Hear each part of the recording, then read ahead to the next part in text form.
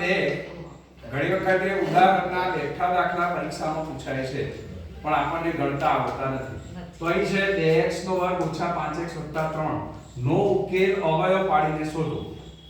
તો અહીં એક વસ્તુ ધ્યાન રાખવાની કે અવયવ પાડીને શોધો તો એ જ રીતે દાખલો ગણવાનો. હવે અહીં 2x નો વર્ગ ઓછા 5x વત્તા 3 બરાબર 0.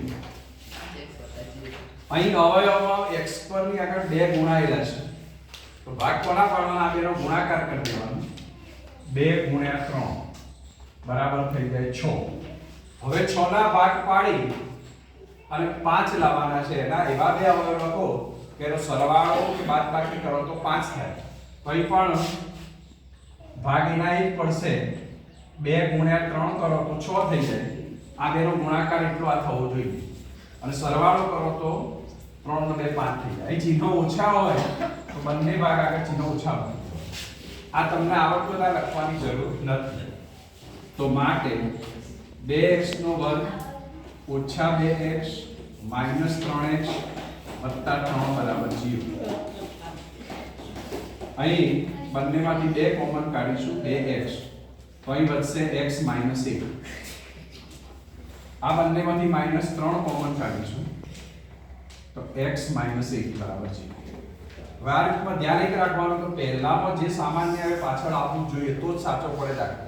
તો જ સાચા અવયવ પડે નહીં તો પડે નહીં.